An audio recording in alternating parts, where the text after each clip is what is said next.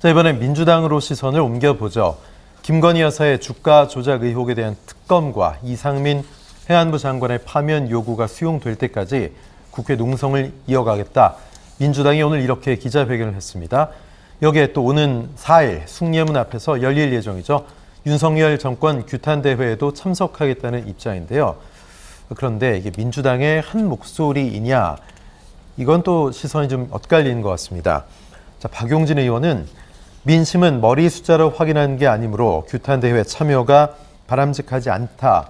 현명한 국민은 조사조차 안 받는 김건희 여사를 잘 보고 있을 테니 정치적 판단을 최우선으로 해야 된다. 이렇게 얘기하고 있습니다. 자, 민주당 소속 의원이 169명인데 생각들이 다 같을 수는 없겠죠. 또 다 같아도 위험할 거고요. 교수님 어떻게 보세요? 민주당이 원보이스, 그러니까 하나의 목소리를 내야 된다라고 하는 강박증에서 좀 벗어나야 된다고 봐요. 문재인 정부 때 그 원보이스가 결국은 소위 비주류 그리고 거기 목소리에 동참하지 않았던 의원들이 떨어져 나가게 됐거든요. 예. 그리고 또 지금은 당내에서 수박 논쟁이라고 그래서 지금 윤석열 정부와 각을 크게 세우지 않거나 이재명 대표를 방어하지 않으면 마치 민주당 소속이 아닌 것처럼 이렇게 치부하는 목소리가 결국은 민주당을 분열시킬 여지가 있다.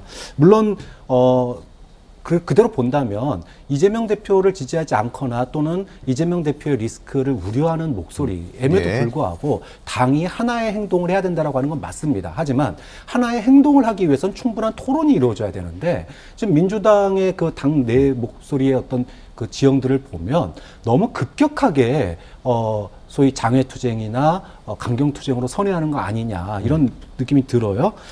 만약에 이런 강경투쟁이 중도층의 영향력을 얼마큼 미룰 수 있느냐. 그러니까 아까 박용진 의원의 얘기도 결국은 국민들이 정치적으로 판단하는 게 우선이다라고 얘기를 한 것은 뭐냐 하면 국민만 믿고 뚜벅뚜벅 소위 정책을 밀고 나가야 된다라는 얘기예요. 근데 당이 국민들을 대신해서 나서게 되는 순간 그러면 그 행위에 대해서도 책임을 져야 되거든요. 좀 그런 점에 있어서 민주당이 윤석열 정부의 좀 실정이나 뭐 잘못된 점을 비판하고 싶은 마음은 충분히 이해가 되지만 그래서 그것을 어떻게 국회에서 다수석을 가진 민주당이 정책으로 승화시킬 것인가 이 부분이 함께 수반되지 않으면 장외투쟁이나 또 반여당 투쟁 이런 부분들이 빛을 발하게 된다. 좀 그런 점에 있어서는 민주당 내 소수의 목소리에도 민주당이 좀 귀를 기울일 필요가 있다고 봅니다. 네. 자, 그런데 뭐 주말 집회에서 이재명 대표도 마이크를 잡는다라는 얘기가 나오고 있죠. 이런 당의 강경 대응이 현 정국을 좀 반전시킬 수 있는 가능성이 있다라고 보시는지 김대현 평론가 궁금한데요. 지금이 집회할 때입니까? 네. 물론 이재명 당대표 입장에서 뭐 일부 검찰의 과도한 수사, 흠집 내기, 의혹 제기 또 이거를 계속해서 언론 플레이하는 부분에 대해서 불만이 있거나 또 거부 반응을 가질 수 있는 부분이 좀 있다라고 봅니다. 하지만 나는 죄가 없다. 정권의 탄압을 받고 있다. 이 모든 것은 법원의 판단이 내려진 이후에 결과적으로 본인이 주장할 수 있는 발언이라고 좀 개인적으로 봅니다. 지금 현재는 의혹이 제기되어 있는 상태고 그 의혹의 상당 부분들 관련자들이 기소되거나 재판을 받고 있고 대부분 다 구속되어 있는 상태입니다. 이런 걸로 미뤄볼 때 본인에게 제기되어 있는 의혹은 상당히 이재명 대표의 연루 가능성을 의심할 만한 어떤 부분들이 상당 부분 있단 말이죠. 그러니까 이 부분에 대해서는 조금 시간이 지난 뒤에 해야 되는데 여기 장애 집회를 연다는 거는 제가 개인적으로 판단할 때는 구속영장 발부를 하지 말아라.